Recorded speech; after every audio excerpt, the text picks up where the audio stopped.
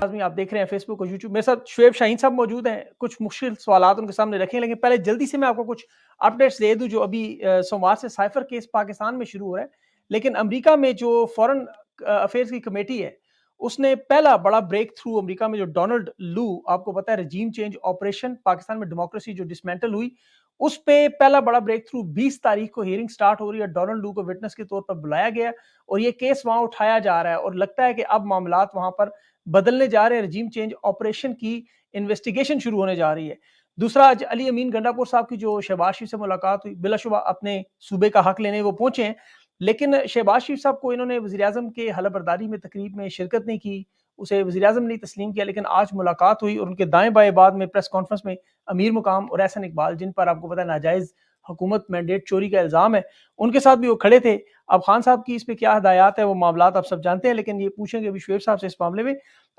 मखसूस नशिस्तों का भी आज बड़ा अहम केस था। साकिब बशीर साहब की बड़ी अहम खबर है कि वहां पर वकला आज पहुंचे नहीं है। ये बड़ा अहम केस था और इसमें हाई कोर्ट का लार्जर बेंच जो था केस सुन रहा था, लेकिन वकला की गैर मौजूदगी ये समझ से बालातर है। पंजाब में लूट मार का सिलसिला एक दफा फिर शुरू हो चुका है। मर्सिडीज के टायर बदलने से लेके मैचिंग अंदर सीट कवर्स तक हर चीज में करोड़ों की बोलियां शुरू हो चुकी हैं और इंटरनेट बंद करने से अब तक पाकिस्तान में 75 अरब का नुकसान हो चुका है। एक दिन में सिर्फ 1 अरब 40 करोड़ के करीब जो नुकसान हो रहा है और अभी तक इंटरनेट एक्स बंद है, ट्विटर जिसे क्या कहा जाता है बंद है और जीएसपी प्लस स्टेटस पाकिस्तान का शदीद खतरे में। हालांकि तहरीक इंसाफ की तरफ से कोई शिकायत नहीं की गई, लेकिन इसके बावजूद बहुत बड़ा मामला है। और आखिरी जो बड़ी अहम खबर, जो वजीर खारजा अभी इन्होंने अपॉइंट किए जयशंकर साहब वहाँ हिंदुस्तान में, जिनकी MA MPhil PhD 38 साल का तजर्बा और इसहाक डार साहब के पास सिर्फ अहलियत के वो नवाज शरीफ साहब के समधी हैं, मतलब अहले शरीफ के समधी हैं।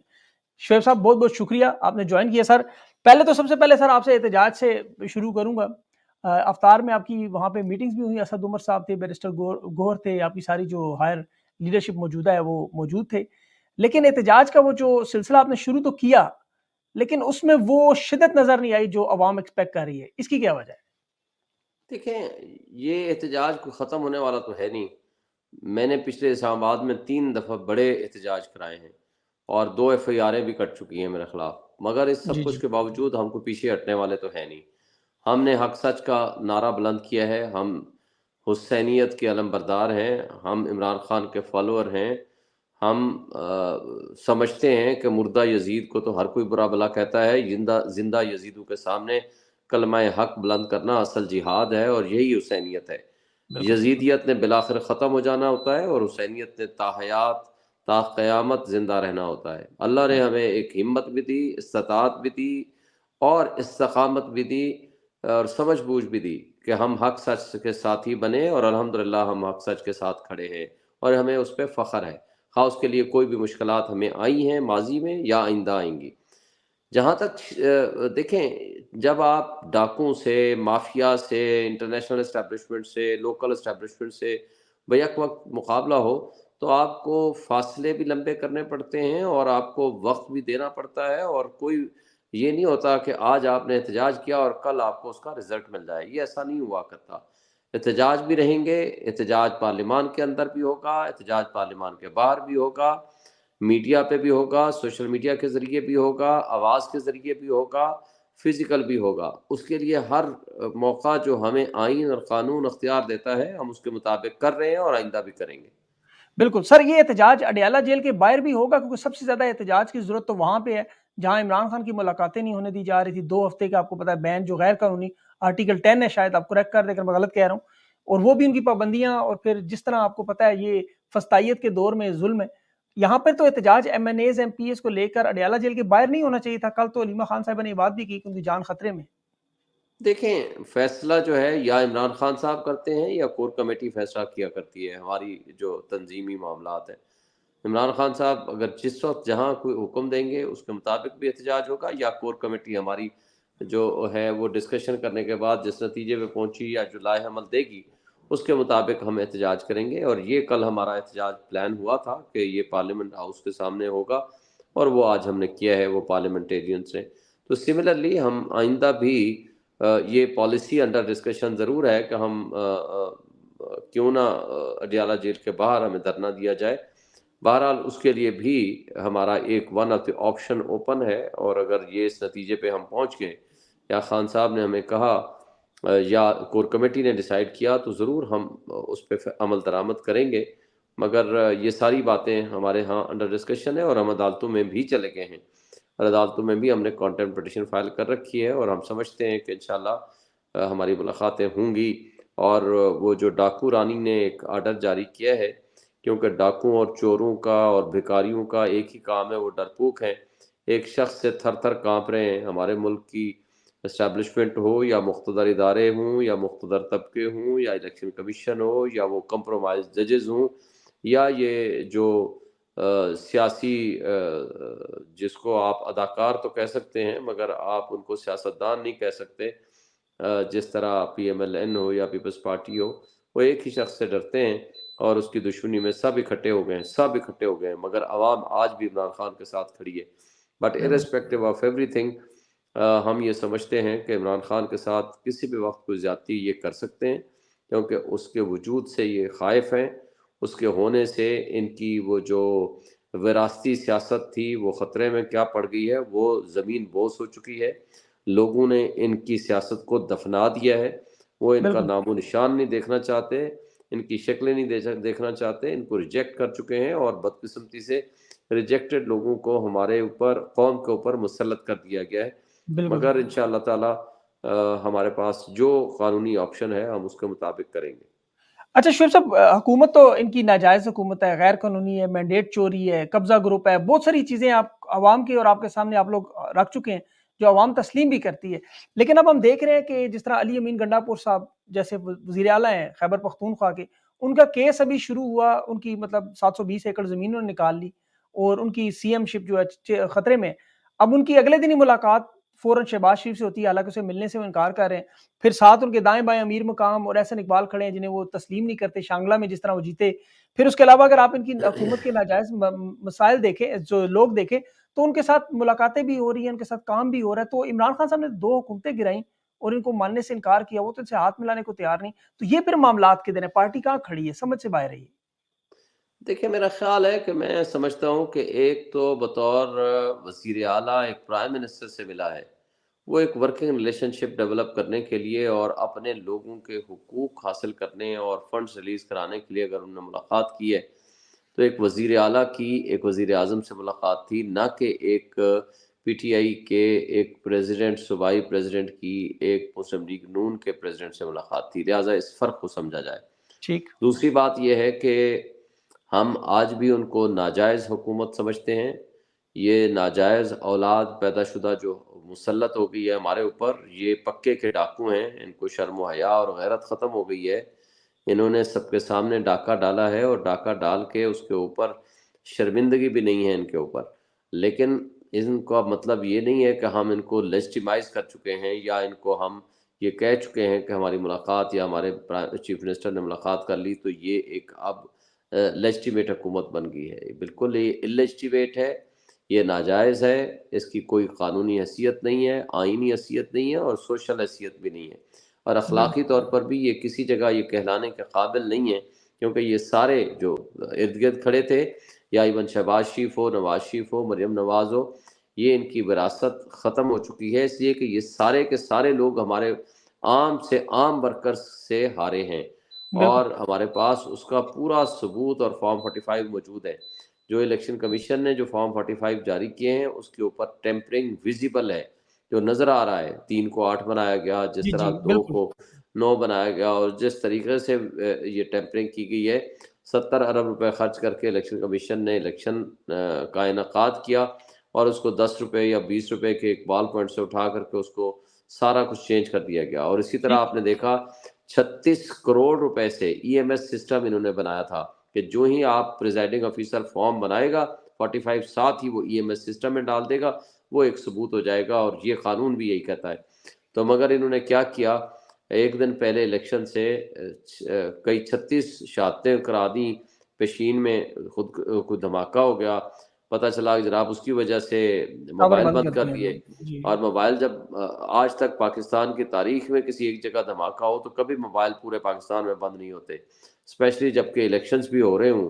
और ये दुनिया की तारीख का अनोखा मुल्क है जी, जहाँ इलेक्शन हुआ और कम्युनिकेशन के सारे रास्ते, नेट भी बंद है, मोबाइल भी बंद कर दिए गए। बिल्कुल। ये बेसिकली जी, इसको रोकना मकसद था, ताकि इलेक्शंस में जो ईएमएस सिस्टम के जरिए जो भी प्रेजाइडिंग ऑफिसर वो फॉर्म 45 उसके अंदर डालेगा, फर्ज करो ये जो भी चोरी करेंगे, तो एक ही वाहिद हल था, हम कहते जी ईएमएस का सिस्टम निकाल दें, वो सामने आता, सारी चोरी पकड़ी जाती है और ये दो नंबरी नहीं कर सकते थे। बिल्कुल। अब तो अच्छा, ये इस पे तो हमारे सर हम इलेक्शन कमीशन हमारे कह रहा है कि वो ऑफलाइन भी चल सकता है, वो ना भी इंटरनेट हो तो भी हमारा सिस्टम चल सकता है। अब पता नहीं वो तो कैसे क्यों चल नहीं सकता है, ये चलाया? हमें। फिर ये जी, लाए ना उस दिन फॉर्म 45, जो लोगों ने उसमें कैसे चल सकता है? बात यह है कि मोबाइल आपका बंद है, आपका नेट बंद है, लोगों ने अगर फिर भी भेजे हूं तो ईएमएस सिस्टम में हमें एंट्री दी जाए ना, हमें बताया जाए, हमें पता चले कि वो लोगों ने अगर डाले हैं, जो फोटो बना के डाल दिए, जब भी नेट ऑन हुआ वो ऑन हो गया होगा, तो मगर फिर उसका निकाले ना, क्यों नहीं निकाल रहे? वो क्यों नहीं बिल्कुल, किसी को बिल्कुल, एक्सेस दे रहे? तो इसकी बिल्कुल ठीक। बेईमानी सामने नजर आ रही है। बल्कि जी, हमारे तो एक दोस्त ने, आमिर मसूद मुगल ने, जो इस्लामाबाद की दूसरी सीट से जीता है, तो जी, जी, उसने तो पूरी बल्कि प्रेस यहाँ तक कॉन्फ्रेंस कर दी। मुतालबा कर दिया है और बड़ा अच्छा मुतालबा किया है। उसने कहा है कि पेशीन में जो शातें हुई हैं, इसका मतलब है वो भी, उसकी भी तहकीकात होनी चाहिए कि वो कैसे की गई। क्या उसको हुँ, बहाना बना करके ये हुआ, मोबाइल बंद किया गया, या वाकई वो था, असल में था? क्योंकि 36 बिल्कुल। करोड़ से जो आपने ईएमएस सिस्टम बनाया, उसका तो फायदा क्या हुआ? अवाम के हुँ, पैसे आपने किस लिए लगाए कि अगर आपने नेट ही बंद कर देना था और मोबाइल ही बंद कर देने थे, बिल्कुल, और उसके वारदात ज़रिए करनी जो थी। कुछ असल मकसद था, वो सारा आपने जी, फ़ौत कर दिया। तो ये सारी चीज़ें हैं हमारे मुल्क में जो सामने नज़र आ रही हैं। जी। अच्छा शुएब साहब, अभी जो सबसे इम्पोर्टेंट देखिए तहरीक इंसाफ के पास 2 इम्पोर्टेंट, एक तो आपका जो मैंडेट चोरी हुआ, जैसे आप जीते हुए हैं, कन्फर्म जीते हुए हैं, आपके पास वो तमाम रिकॉर्ड मौजूद है, इस तरह आपकी 100 से ज़्यादा नशिस्तें हैं। दूसरा इमरान खान की रिहाई, ये 2 नुकात थे जिन पर लोगों ने आपको वोट दिया और इसी पर आपका एहतजाज है। लेकिन अगर तारीख देखें, लबैक एक छोटी-सी पार्टी, उन्होंने पूरा पाकिस्तान बंद करवा दिया। जीडीएन 5 सीटें नशिस्तें थी, उन्होंने पूरे सिंध में सर पे उठा लिया। इसी तरह फजल रहमान साहब अभी निकलने लगे हैं, वो भी आपको नज़र आएँगे कि वो किस तरह लोगों, लेकिन आपका तरीका बड़ा होम्योपैथिक नज़र आ रहा है कि लोग पुरजिशी तकरीरें करते हैं बड़ी जोशीली, सेनेट के अंदर, सॉरी उसके अंदर, पार्लियामेंट के अंदर, और बाहर कुछ नारे भी लगते हैं, लेकिन उसके बाद फिर शाम को वो बैठ के भूल जाते हैं। खान भी वो कैद है, पार्टी लोग सोच रहे हैं कि ये मामला आगे चलेगा किस तरह, कोई प्रॉपर लाए अमल नज़र नहीं आ रहा, क़यादत कमज़ोर लग रही है बहुत। देखिए, पहली बात तो ये है कि हमारे यहाँ ये नहीं है कि कोई कमज़ोर या होम्योपैथिक स्टाइल नहीं है। हम लोगों ने पहले भी एहतजाज किए हैं, अभी भी करेंगे। ये कोई एक दिन का अगर एहतजाज या धरना करके ख़त्म होने वाला हो, तो 2 दिन, 4 दिन, हफ़्ता, 2 हफ़्ते हम बैठ जाएँ और इसको सेटल डाउन कर लें। ठीक, आपको डाकुओं से मुकाबला है, सिर्फ़ चोरों से मुकाबला नहीं है। आपको दहशतगर्दों से मुकाबला है। जो मोहसिन नकवी सबसे बड़ा दहशतगर्द जो सूबे में वहाँ दहशतगर्दी फैला कर आया है, लोगों के ऊपर ज़ुल्म, तशद्दुद, बर्बरियत, लोगों को नंगा किया गया, मारा गया, जी, टॉर्चर किया गया, लोगों के साथ ज़ुल्म, ज़्यादतियाँ हुई, उसकी मिसालें आपके 1-2 वर्कर्स आए हैं, उन्होंने बताया।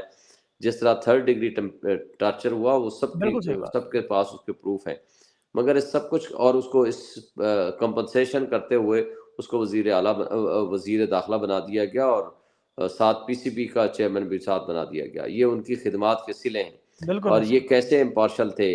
दूसरी तरफ वो ये सारे एस्टेब्लिशमेंट के मोहरे हैं। दूसरी तरफ से सरफराज भुगटी को वहाँ का वज़ीर आला बना दिया गया, बलूचिस्तान का लेबल पीपल्स पार्टी का लगा दिया गया। इसी तरह खारजा में भी इसी तरह लेकर आए गए हैं, ख़ज़ाना में भी इसी तरह मुशीर लाए गए हैं। अगर आपने यही तर्ज़ अमल रखना था तो फिर आपने इलेक्शंस क्यों कराए? लेकिन इस सब कुछ के बावजूद बात सिंपल ये है कि हमारे लोग बिल्कुल एहतजाज कर रहे हैं, शदीद इनसे नफ़रत करते हैं। उसका इज़हार आपने देखा कि इर्रेस्पेक्टिव कि क्या लोग एक जलसा हम नहीं कर पाए, आपको पता है? जी, जी, मेरे बिल्कुल। समेत हमारे कई कारकुनान के खिलाफ एफआईआरें कटी। इस्लामाबाद का सबसे पॉश एरिया में मेरा और उसके साथ देहात मेरा जो है वो कॉन्स्टिट्यूंसी थी। प्राइम मिनिस्टर हाउस में मेरे एक पोलिंग स्टेशन थी, जिसमें प्रेसिडेंसी के एम्प्लॉइज, प्राइम मिनिस्टर हाउस के, डिप्लोमेटिक इनक्लेव के, उन सब लोगों ने वोट डाले। वहाँ भी बहुत बड़ी मैं लीड से जीता।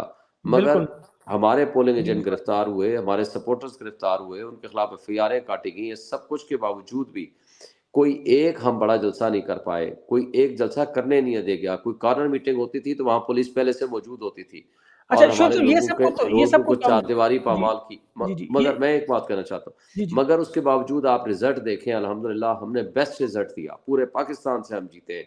तो इसलिए ये नहीं कह सकते कि हमारी लीडरशिप पब्लिक में नहीं है या फील्ड में नहीं है। इमरान खान के विजन के साथ कौम खड़ी है, लोग खुद निकलते हैं, लोग हमारे साथ खड़े हुए हैं। मगर बिल्कुल। हम अपने वर्कर्स को एट द मर्सी ऑफ ये जो दहशतगर्द हैं या ये जो माफिया है या ये डाकू हैं, उनके रहमो करम पे भी नहीं छोड़ सकते। हम अभी देखें, हम अभी पुरअमन एहतजाज कर रहे हैं। इमरान खान ने आज इनको सही वार्न किया है कि जिस तरीके से आप हुकूमत चला रहे हो, आप अपने मुल्क को श्रीलंका होने से कोई नहीं हुँ, बचा पाएगा, जिस तरह आप चला रहे हो। तो लिहाजा ये आज पुरअमन अवामी इनकलाब जो 8 फरवरी को आया था, उसके रास्ते में जो लोग रुकावटें पैदा कर रहे हैं, उनके लिए चाहिए कि आप ये रुकावटें दूर करें। जिनका हक़ नुमाइंदगी या हक़ हुक्मरानी जो अवाम का है, हुँ। जिनको वो देना चाहते हैं, उन्हीं के हाथ में हो। जी। शेख साहब, बस बड़ा आखिरी इंपॉर्टेंट सवाल आपसे ये कि अब अगर एक लाएहमल आप दे दें, आप ज़ाहिर है बड़े मेन कोर कमेटी का हिस्सा भी हैं और पार्टी की लीडरशिप के साथ आपकी डेली मुलाकातें हैं। अब एक लाएअमल जो आपके ज़हन में है कि अगर कोई ऐसा टाइम फ्रेम हो कि हमने इस हफ्ते के अंदर ये करना है, इस महीने के अंदर करना है, या हमने 3 सालों में आगे इसी तरह आहिस्ता-आहिस्ता थोड़ा-थोड़ा एहतजाज करते रहना है, टाइम गुज़ारना है, या जेन्युइनली हमने इस तरह लोगों को मोबिलाइज़ करना है, इस तरह हमने अडयाला के पास जाना है, इस तरह धरना देना है। कोई ऐसा प्लान मौजूद है या ये सिर्फ़ टाइम गुज़रने के लिए बस नहीं, आस्ते-आस्ते चलता बिल्कुल प्लान मौजूद है। पिछले हफ़्ते जो हमारा एहतजाज हुआ, पूरे पाकिस्तान में हुआ, आपने देखा। है? जी, इसके बावजूद हमारे सीनियर वकीलों के खिलाफ एफआईआरें कटी, मेरे खिलाफ कटी, जी, जी। लतीफ़ खोसा के खिलाफ कटी, सलमान गिरफ्तारियाँ भी अकरम हुई हैं। खाजा जी, के खिलाफ कटी, और बहुत सारे हमारे वकीलों को बंद किया गया। मगर इस सब कुछ के बावजूद हमने पूरे पाकिस्तान में एहतजाज किया, और ये एहतजाज का सिलसिला रुकेगा नहीं, ये बढ़ेगा इंशाअल्लाह। ठीक। तो हम अभी खान साहब से मुलाकात करेंगे, और लीगल फाइट तो हमारी चल ही रही है, और पार्लियामान के अंदर मजबूत तरीन हमारी अपोजिशन है। और ये नहीं है कि वो उनको हमने फ्री मौके दे दिए हैं कि जाएं जी, जो चाहें आप दिल करे वो आप करते चले जाएं। तो मेरा ख्याल है कि इन चीज़ों पे हमें संजीदगी के साथ चलना है और अपना वर्किंग करनी अच्छा, है, और अदालती इंशाल्लाह सर ताला थोड़ा-सा अगर बता दें, खान साहब का जो साइफ़र केस मंडे से शुरू होने वाला है, उस तोशाखाना भी चल रहा है, इन पे अगर आप कानूनी कुछ इस तरह के बता दें, एक्सपर्ट ओपिनियन आपका, कि इन केसेस के मतलब खान साहब की जो लीगल पॉइंट ऑफ व्यू से उनकी जो रिहाई है, वो कब मुमकिन है? देखें, जिस दिन ये केस कंक्लूड हो गए, मुझे यकीन है कि 2-4 रोज़ हफ्ते के अंदर-अंदर उनकी ज़मानतें भी हो जाएँगी, बल्कि ये केस ही ख़त्म हो जाएँगे। क्योंकि देखें, एक बात तो तय है कि फेयर अपॉर्चुनिटी ऑफ डिफेंस हमें नहीं मिला, फेयर ट्रायल का मौका नहीं मिला। जो जो हमारे खिलाफ प्रोसिक्यूटर्स थे, हमारे वकीलों को बाहर निकाल के, उन प्रोसिक्यूटर्स को इमरान खान का वकील बना के रात की तारीकी में हैपहैज़र्डली और हर्रिडली सज़ाएँ सुना दी गईं। और सज़ाएँ देने का मकसद सिर्फ़ ये था कि इलेक्शन से पहले अवाम को मायूस कर दिया जाए कि जी, इमरान बिल्कुल, खान तो बिल्कुल। प्राइम मिनिस्टर बन नहीं सकता, तो लिहाज़ा आप बाहर ना निकलें। ये सिर्फ मायूसी फैलाना और बददिली फैलाना मकसद था, लेकिन उल्टा इनके खिलाफ हो गया। बिल्कुल इनको सही। खिलाफ जितनी नफरत है, लोग खुद अवाम उठ खड़ी हुई है, और उन्होंने अपना हक तस्लीम करते हुए और इनके खिलाफ नफरत का इजहार किया है और इमरान खान के साथ मोहब्बत का इजहार किया है। तो मैं समझता हूँ कि ये केसेस कुछ भी अहमियत नहीं रखते, खा वो साइफर का केस हो या तोशा खाना हो, इसमें कोई जान नहीं है। मैं यकीन रखता हूँ कि इंशाल्लाह जो ही ये केस कंक्लूड होंगे तो हमें रिलीफ मिलेगा, और इमरान खान इंशाल्लाह। साहब को कम से कम इन मुकदमात में जो सज़ा हुई हुई है वो ख़त्म हो जाएगी। बिल्कुल सही। शुएब साहब, आपने बड़ी तफ़सील से बताया। सर, आपका बहुत-बहुत शुक्रिया ये मुश्किल सवालात सुनने का। इंशाल्लाह I will be in touch with you. Thank you so much sir. Thank